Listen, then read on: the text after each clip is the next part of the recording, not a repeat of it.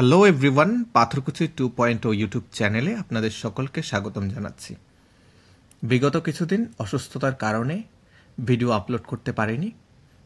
আজকে থেকে আবার ট্রাই করব নতুন করে সব কিছু আপনাদের সামনে প্রেজেন্ট করার। আজকের ভিডিওটি মূলত হবে ত্রিপুরা টেট পেপার 1 এবং paper 2 strategy video for beginners, অর্থাৎ যারা নতুন করে শুরু করবেন তাদের জন্যই এই ভিডিওটি বেনিফিট হতে চলেছে। প্রিভিয়াস ভিডিওতে আমরা যারা রি-অ্যাটেম্প্ট দেব তাদের কথা মেনশন করেছি এবং পেন্ডিং কাজ রয়ে গেছিল সোর্সেস।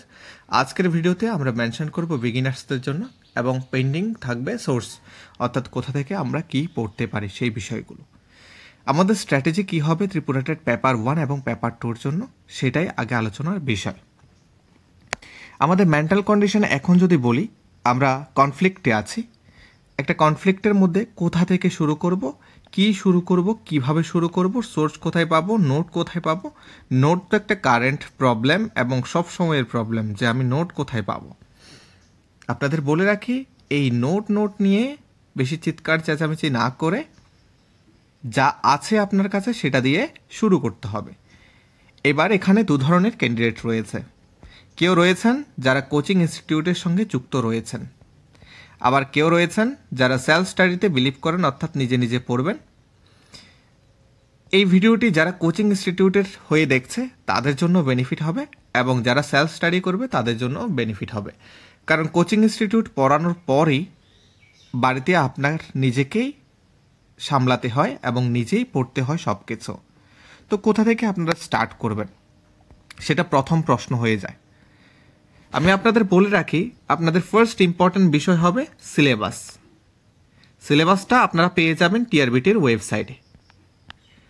ত্রিপুরা টেট পেপার 1 এবং পেপার 2 বোথ পেপারের জন্য সিলেবাসটা পেয়ে যাবেন এবং সেখানে দেখবেন ত্রিপুরা টেট পেপার 1 এর কথা বলছি। পেপার 1 এর ক্ষেত্রে 5টা সাবজেক্ট মেনশন করা থাকবে। কি? English, Bengali, CDP, math and EVS. আর পেপার 2 এর জন্য সেখানে 5টা সাবজেক্ট মেনশন করা থাকে। 5টা নয়, দুঃখিত, 4টা সাবজেক্ট মেনশন করা থাকে। কিন্তু 4টা সাবজেক্টকে যদি আমরা ডিভাইড করি তাহলে সেখানে অনেকগুলো সাবজেক্ট হয়ে যায়।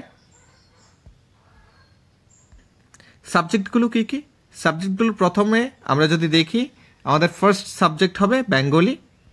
বেঙ্গলির পর আমাদের চলে যেতে হবে ইংলিশে, এরপর সিডিপির পর এসএসটি অর্থাৎ সোশ্যাল স্টাডিজ যেটা পার্টটা রয়েছে। এই সোশ্যাল স্টাডিজকে আমরা ভাগ করব। একটা হবে হিস্ট্রি, একটা হবে জিওগ্রাফি, একটা হবে পলিটিক্যাল সায়েন্স, আর একটা হবে এসএসটি প্যাডাগজি। সব সাবজেক্টেরই প্যাডাগজি রয়েছে, মানে বেঙ্গলিরও রয়েছে, ইংলিশেরও রয়েছে, কিন্তু এটা এক্সট্রা একটা সাবজেক্টের মতোই আমাদের পড়তে হয়, এসএসটি প্যাডাগজি। এবার মার্কস ডিস্ট্রিবিউশনের কথা বলি।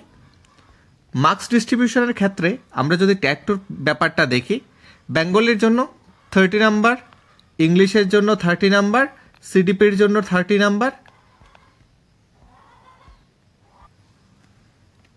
সরি ফর দ্য ইন্টারাপশন, সিডিপির জন্য 30 নাম্বার।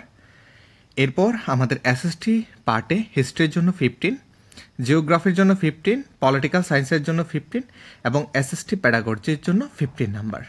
টোটাল এখানে হয়ে যায় 60 নাম্বার এবং এই 3টা সাবজেক্ট মিলে হয়ে যায় 90 নাম্বার। আমাদের পরীক্ষা হয় 150 মার্কসের এবং এখানে কোনো এখন পর্যন্ত নেগেটিভ মার্কিং নেই। নেগেটিভ মার্কিং এখনও আমাদের ট্যাটে অ্যাড হয়নি। এবার সিটেট বলুন সেটা, টিটেট বলুন সেটা, কোনোটাতেই এখনও অ্যাড হয়নি। এবার ট্যাট 1 এর কথা বলি। মার্কস ডিস্ট্রিবিউশনের ক্ষেত্রে 5টা সাবজেক্ট রয়েছে। ওই 5টা সাবজেক্টেই 30 করে প্রত্যেকটা সাবজেক্ট হলে 150 মার্কস এবং সেটা আপনাদের অবশ্য এমআরআই ফিল আপ করতে হয়। এবার আপনাদের সিলেবাস থেকে আপনারা কি করবেন। আপনাদের প্রথম দরকার হচ্ছে সিলেবাসটাকে একটা হার্ড কপি আপনার কাছে রাখা। এই হার্ড কপি রাখার পর প্রত্যেকটা সাবজেক্টকে আপনার আস্তে আস্তে করে ধরতে হবে। আমি আপনাকে ফার্স্ট সাজেস্ট করব প্রিভিয়াস ইয়ার কোয়েশ্চেনগুলো দেখুন, পিওয়াইকিউ। এবার প্রথম পর্যায়ে আপনি প্রিভিয়াস ইয়ার কোয়েশ্চেনগুলো বুঝবেন না, কিন্তু একটা ধাঁচ বোঝা যাবে কিভাবে প্রশ্নগুলো হচ্ছে, কি প্যাটার্নে প্রশ্নগুলো হচ্ছে। আপনার যদি যে কোনো একটা এতগুলো সাবজেক্ট রয়েছে, যে কোনো একটা সাবজেক্টে আপনার অবশ্যই কিছু না কিছু ধারণা থাকার কথা। ওই সাবজেক্টের মধ্যে অ্যাটলিস্ট দেখুন কিভাবে প্রিভিয়াস ইয়ার কোয়েশ্চেনগুলো হচ্ছে, প্যাটার্ন কি, তারা কোথা থেকে কোয়েশ্চেনটা করার চেষ্টা করছে। প্রথম পর্যায়ে বোঝা ইম্পসিবল হবে, তবে আপনি দেখলে আপনি বুঝতে পারবেন এই প্রিভিয়াস ইয়ার কোয়েশ্চেনের বেনিফিটটা কি। অর্থাৎ আপনার যে রাস্তা রয়েছে, সহজ কথায় যদি বলি, আপনার সিলেবাস আপনাকে রাস্তা করে দেবে, এবং সেই রাস্তার পাশাপাশি যে হয়তোবা টার্নিং রয়েছে, এইভাবে টার্নিং, বা এদিকে রয়েছে কোনো একটা অ্যাস টার্নিং, রাস্তার পাশে যেমন সিম্বল থাকে, কোনো ট্রাফিক সিগন্যাল থাকে, সেই রকম করে আমাদের প্রিভিয়াস ইয়ার কোয়েশ্চেনগুলো আমাদের হেল্প করবে কোন পোর্শন থেকে কিভাবে কোয়েশ্চেন হচ্ছে।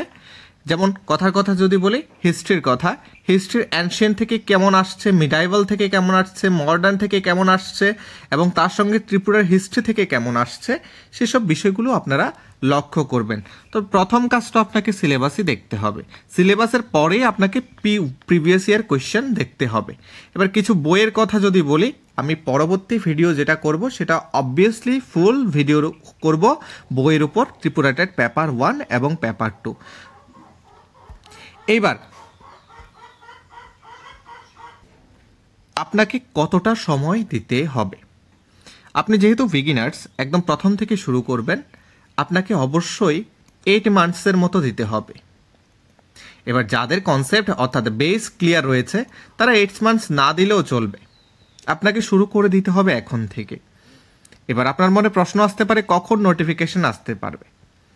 নোটিফিকেশন এই মুহূর্তে বলা যাচ্ছে না, তবে 2025-এ যেটা মনে হচ্ছে, 2025-এ হয়তোবা আসবে না আর কোনো ধরনের ট্যাটের notification, specially Tripura TET paper 1 এবং পেপার 2। এসটিজিটি এবং এসটিপিজিটির ব্যাপারটা অন্য, ত্রিপুরা টেট পেপার 1 এবং পেপার 2-র কথা বলছি। কিন্তু 2026-এ পসিবিলিটি রয়েছে যে আবার একটি ট্যাট পরীক্ষা হবে। এই ট্যাট পরীক্ষায় মানে 2026-এর কখন হতে পারে, মিড পার্টে, অর্থাৎ এপ্রিল মে। আপনি যদি টার্গেট নিয়ে বসে থাকেন এপ্রিল মে, এই টার্গেটটা আপনি রাখবেন অ্যাটলিস্ট। এখন আপনার হাতে সময় রয়েছে, জুন থেকে হিসাব করুন, 6 মাস, 6 আর 10 মাস। এই 10 মাস আপনাকে পরিশ্রম করতে হবে, এই 10 মাস আপনাকে ইনভেস্ট করতে হবে। এবার আপনার কি হবে এই জার্নিটাকে সহজ করতে পারে, আপনার যে 10 মান্থসের জার্নিটা, আপনার একটা রুটিন প্রয়োজন, একটা রুটিনের প্রয়োজন। আপনাকে প্রত্যেক দিন না হোক অ্যাটলিস্ট সপ্তাহে 2টো করে মক টেস্ট দিতে হবে, সপ্তাহে 2টো করে মক টেস্ট দিতে হবে। আপনার রিভিশন লাগবে, রিভিশন ছাড়া কোনোভাবেই আপনার কনসেপ্টগুলোকে ক্লিয়ার করতে পারবেন না। এবার আপনার সেলফ স্টাডি করতে হবে, কোচিং ইনস্টিটিউটে পড়ুন বা যেখানেই পড়ুন বা নিজে পড়ুন, সেলফ স্টাডি আপনাকে করতে হবে। আপনি ইউটিউব ক্লাসের বেনিফিট নিতে পারেন, ইউটিউব ক্লাসের বেনিফিট নিতে পারেন, এবং তার সঙ্গে আমি এটা মেনশন করে রাখি, উইকিপিডিয়ার বেনিফিট আপনারা নেবেন। উইকিপিডিয়া ভীষণ হেল্পফুল একটি সোর্স, উইকিপিডিয়ার হেল্প আপনি নেবেন। এবং আমাদের এখনকার বন্ধু চ্যাট জিপিটির সঙ্গে আপনার বন্ধুত্ব বাড়িয়ে তুলুন। চ্যাট জিপিটি আপনাকে হেল্প করবে গ্রামারের পোর্শনে এক্সারসাইজ করার ক্ষেত্রে বা বিভিন্ন কনসেপ্টের ক্ষেত্রে। চ্যাট জিপিটিকে আপনি প্রশ্ন করে দেখুন কিভাবে আনসার করে, সেটা আপনি লক্ষ্য রাখবেন। তবে অবশ্যই একটু নজর রাখবেন যে ঠিক হচ্ছে নাকি ভুল হচ্ছে সেই বিষয়টার দিকে। এবার আপনাকে যদি মেনশন করে থাকি কতটা সময় লাগবে, সেটা আমি এতক্ষণ ধরে বললাম। আপনার ডিফিকাল্টিসগুলো কি করবেন, অর্থাৎ আপনি যখন প্রিপারেশন নেবেন, আপনার মেন্টাল কন্ডিশন মনে হবে অনেক ব্রড সিলেবাস বটে, কিন্তু এটা অতটা ডেপথ না। ব্রড অবভিয়াসলি, বাট অতটা ডেপথ না। কেন ডেপথ না বলছি, আপনি যখন প্রিভিয়াস ইয়ার কোয়েশ্চেনগুলো দেখবেন, প্রিভিয়াস ইয়ার কোয়েশ্চেনের মধ্যে প্রশ্নগুলোকে যদি অ্যানালাইসিস করতে পারেন, তাহলে বুঝবেন কী ধরনের প্রশ্ন সেখানে হচ্ছে। বর্তমান সময়ে একটা ট্রেন্ড চলছে যে আগে বেশিরভাগ ক্ষেত্রে ফ্যাক্টের উপর কোয়েশ্চেন করা হতো, এখন ফ্যাক্টের পাশাপাশি কনসেপচুয়াল ক্ল্যারিটির উপর কোয়েশ্চেন করা হচ্ছে। তো বিষয়টা আপনাদের নজরে রাখতে হবে। অর্থাৎ আপনি শুধুমাত্র ফ্যাক্ট দিয়ে আপনার কাজটাকে সারিয়ে ফেলতে পারবেন এমনটা নয়, ফ্যাক্টের সঙ্গে আপনার কনসেপ্টেরও ভীষণ প্রয়োজন রয়েছে। এবার কনসেপ্টের কথা বলি, কনসেপ্ট আপনাকে কি করবে, যেসব প্রশ্নগুলো 50-50% রয়েছে বা যেসব জায়গাতে আপনার গেস ওয়ার্ক করতে হবে, অর্থাৎ অনুমান লাগাতে হবে, তখন সেখানে আপনার কনসেপ্টের কাজ হবে। এবং বেশিরভাগ প্রশ্নই আমরা যদি দেখি ফ্যাক্ট এবং কনসেপ্টের উপরই থাকে। একটা কোয়েশ্চেন প্যাটার্নে যদি 100 ধরে থাকে, 100-এর মধ্যে 40 ফ্যাক্ট, 40 কনসেপচুয়াল ক্ল্যারিটি আর 20% আনপ্রেডিক্টেবল। কোথা থেকে আসছে কি আসল বিষয় সেটা আমরা ধরতে পারি না। এইবার ট্যাট 1 এর কথা বলছি এবং ট্যাট 2 কথা বলছি। প্রশ্নের মাত্রা বা প্রশ্নের লেভেল ট্যাট 1 এবং ট্যাট 2 ক্ষেত্রে যদি বিচার করতে যাই, সহজ হয়েছে এবং কঠিন হয়েছে সেটা কোনোভাবেই বলা যায় না। এটা মডারেট একটা কোশ্চেন। এখনো পর্যন্ত যে ট্রেন্ড চলছে 2015 থেকে 2024 পর্যন্ত, অর্থাৎ 25-এ যে পরীক্ষাটা হয়েছে, এখন পর্যন্ত মডারেট লেভেলে কোশ্চেনগুলো হচ্ছে। এই মডারেট লেভেলটাকে আমাদের ডিফিট করতে হলে তখন আমাদের কনসেপ্টের উপর ফোকাস করতে হবে। এইবার একটি রুটিনের কথা বলি, অর্থাৎ একটা ভালো রুটিন আপনার জন্য কি হতে পারে।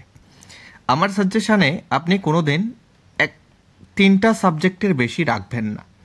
কেন 3টা সাবজেক্ট? কারণ ওই 3টা সাবজেক্ট পড়ার পর একটা স্লট আপনার রিভিশনের জন্য রাখতে হবে। আমরা যখন ছোট ক্লাসে পড়তাম তখন পড়ার পর আমাদের একটা স্লট থাকতো এক্সারসাইজের। কেন দেওয়া হতো? যাতে আমরা রিভাইজ করে ইমপ্লিমেন্ট করতে পারি, যাতে আমাদের পরীক্ষার ক্ষেত্রে কোনো সমস্যা না হয়।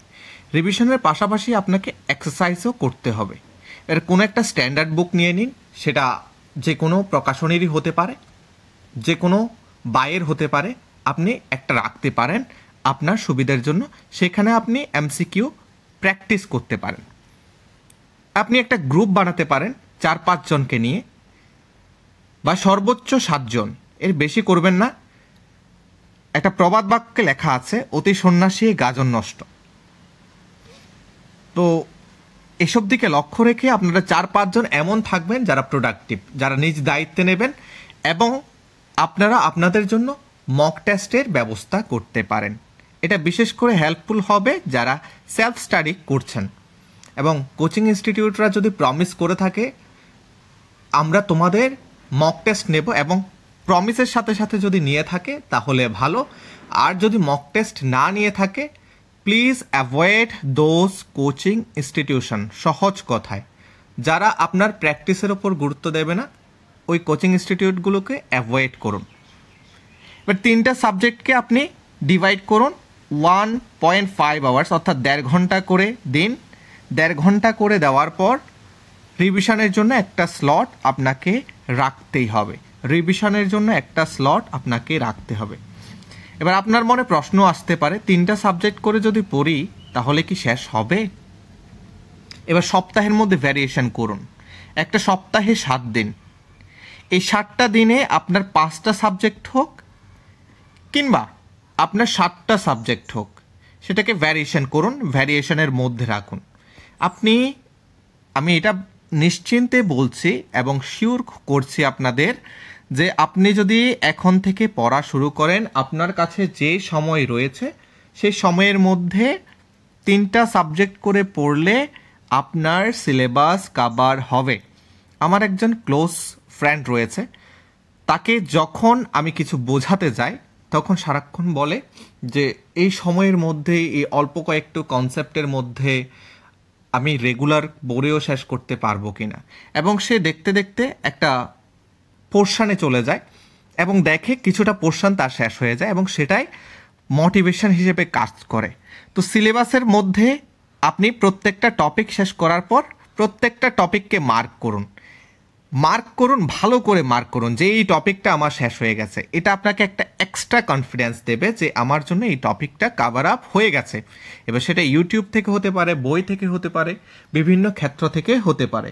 আর 360 ডিগ্রি মেথড তো আমাদের দেখতেই হবে। 360 ডিগ্রি মেথড কি? আমাদের previous year question, syllabus, standard books এবং তার সঙ্গে সঙ্গে বিভিন্ন বই। এটা হতে পারে এনসিইআরটির বই বা কোনো বাইয়ের বই, কোনো ভালো লেখকের বই, সেটা আমাদের দেখতে হবে।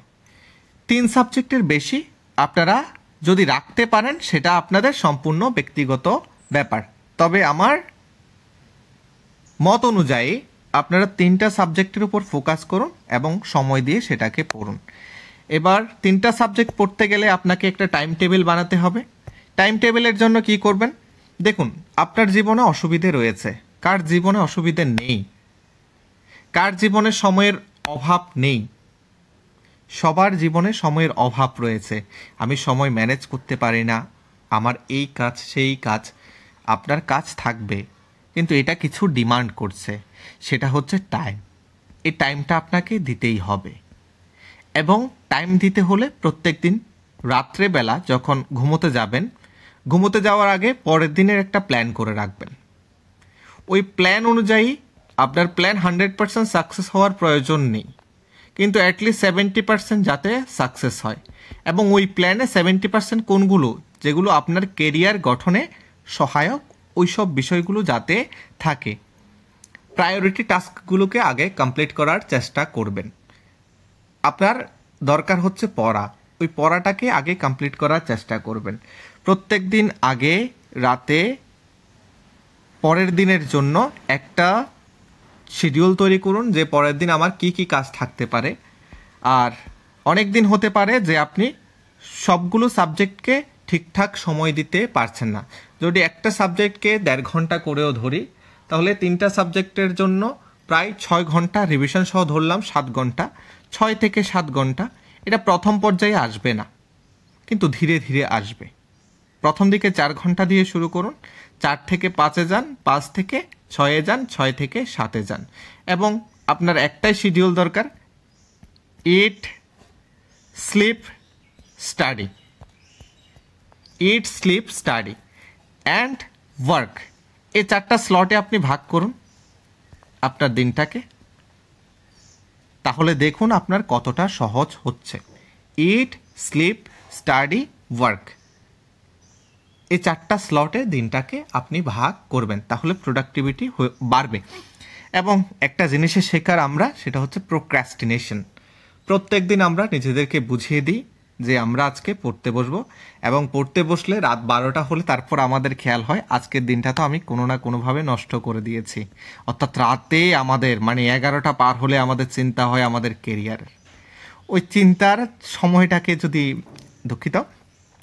চিন্তার সময়টাকে নিয়ে আমরা বেশি জড়াবো না। সারা দিনটা আপনি কাজ করুন, রাত্রে 11টায় সময় আপনি ভাবুন আজকে সারাদিন কি করেছেন, এবং আপনার চেকলিস্টে সেটা মার্ক আউট করুন, এবং পরের দিনের জন্য 10 মিনিট এক্সট্রা রেখে পরের দিনের শিডিউল তৈরি করুন। তাহলে ওই রাত্রেবেলায় যে আজকে আমি কি করলাম, আজকে আমার সারাদিন নষ্ট হয়ে গেল, কালকে থেকে আমি পড়া শুরু করব এবং কালকের দিনটাও শেষ, এই রকম হবে না যদি আপনি আপনাকে কন্ট্রোল করতে পারেন। এবার কন্ট্রোল করার প্রসেসটা আপনি জিজ্ঞেস করবেন যে কন্ট্রোল আমি কিভাবে করব।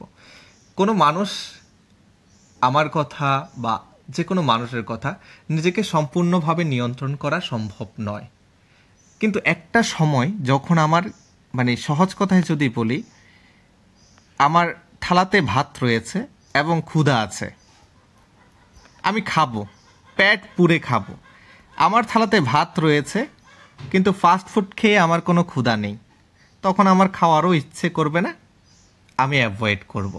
তো বিষয়টা হচ্ছে সেই যার ক্ষুধা থাকবে সেই খাবে এবং সময় অনুযায়ী সেই সমস্ত কাজগুলো করে নেবে। এরপর যেসব বিষয়গুলো মেনশন করেছি, তারপর যেটা মেনশন করতে হয় কোয়েশ্চেন ডিফিকাল্টিস।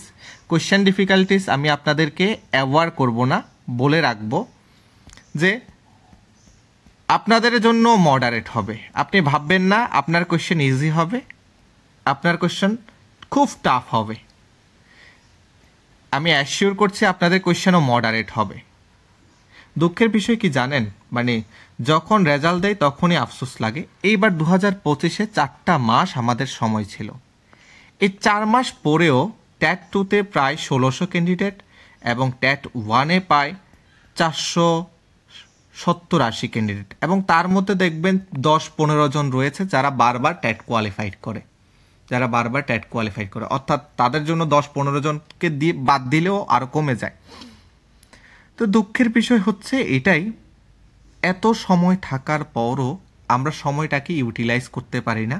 এবং আমি অনেক ক্যান্ডিডেটকে দেখেছি শুধুমাত্র কোয়েশ্চেন আনসার পড়ে পরীক্ষা দিতে চলে যায়। এটা আপনার চাকরির পরীক্ষা, এটা আপনার জবের পরীক্ষা, কোনো কমনের পরীক্ষা নয়। এবার কমন পড়তে গেলে আপনার বিপদে পড়তে হবে।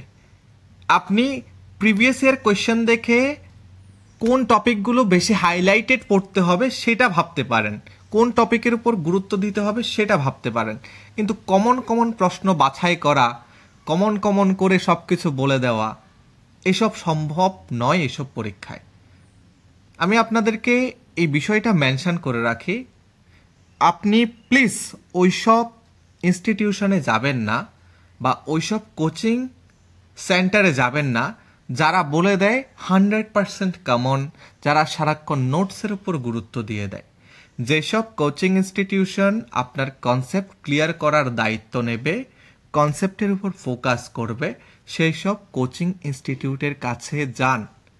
এবার আপনার কনসেপ্ট ক্লিয়ারের পর কোয়েশ্চেন আনসার প্র্যাকটিস হতে পারে, সেটা লাগবে, সেটাই আপনার মক বা এক্সারসাইজ বা মেমোরাইজেশন প্রসেস। কোয়েশ্চেন ডিফিকাল্টিস আপনার জন্য মডারেট থাকবে, আর মডারেটটাকে আপনার অনুকূলে নিয়ে আসার জন্য এই কাজগুলো করতে হবে। পড়তে গেলে আপনিও আপনার সুবিধে মতো অনেক কিছুই জানতে পারবেন। এবার আপনার জন্য লাক, লেবার, ট্রিক তিনটাই ভীষণ গুরুত্বপূর্ণ। ওয়াইনারের কারণ নির্দেশক তথ্যের মধ্যেও লাকের কথা বলা রয়েছে। লেবার তো আপনাকে দিতেই হবে, এবং এই লেবারের পরেই আপনার স্মার্ট ওয়ার্কটা আসবে। তো সহজ কথায় যদি বলি, লাকটার উপর আপনি ভগবান ভরসা হন, সেটা ছেড়ে দিন। আপনার 95% যদি ধরি, আপনার যদি লেবারের উপর ফোকাস করেন, তাহলে স্মার্ট ওয়ার্কটাও অটোমেটিকলি আপনার কাছে চলে আসবে। এমন ক্যান্ডিডেটের সংখ্যা কম যারা বুকে হাত থেকে বলতে পারবে যে আমি পরিশ্রম করেছি এবং সফল হইনি এই ট্যাটের জন্য। এমন ক্যান্ডিডেটের সংখ্যা কম, ওইসব ক্যান্ডিডেটের ক্ষেত্রে লাক ফেভার করেনি। বাট আপনার হাতে রয়েছে লেবার, তো লেবারটাকে আপনি 100% দিন। এই 100%কে 200% করুন, বাড়ান, তারপর আপনার স্মার্ট ওয়ার্ক আসবে, এবং স্মার্ট ওয়ার্ক লেবার মিলে আপনার এক্সামটা বের হবে। এবং সবচাইতে বড় কঠিন কাজ হচ্ছে নিজের হয়ে থাকা। আজকালকের দিনে আমাদের কথাই বলছি, আমরা এতটাই ডিস্ট্রাক্টেড যে আমরা নিজেরই হতে পারি না নিজের জন্য। আমাদের জন্য সোশ্যাল মিডিয়া পড়ে থাকে, আমাদের জন্য রিলসের দুনিয়া পড়ে থাকে, আমাদের জন্য সোসাইটি পড়ে থাকে, নিজের জন্য ভাবার আর সময় হয়ে থাকে না। এই জবটা আপনার জন্য, আপনার মায়ের জন্য, আপনার বাবার জন্য, আপনার প্রিয় মানুষের জন্য, আপনার জীবন সঙ্গীর জন্য, যে আপনার অপেক্ষায় রয়েছে। সুতরাং আপনি আগে আপনার হয়ে যান প্লিজ। আপনার হলে আপনার জবটা আপনার প্রিয়জনদের জন্য হবে। জীবনে ক্লোজের সংখ্যা যত কম তত প্রশান্তি, এবং বেশি ফ্রেন্ড সার্কেল পরিচিত থাকুক, আপনার পরিচিত মুখ হন, কিন্তু বেশি ফ্রেন্ড সার্কেল বা বেশি একটা জোনের মধ্যে থাকা, সেটা আপনার পক্ষে কোনো সময় বেনিফিট নয়। ভালো থাকুন, নিজেকে নিজের হতে দিন, এবং প্রিপারেশনটা প্লিজ শুরু করুন, এখন থেকেই শুরু করুন। কালকে না করে আজকের কাজটা আজকেই করে ফেলুন। আপনার সাকসেস স্টোরি আমরা শুনতে চাই। Thank you so much for listening.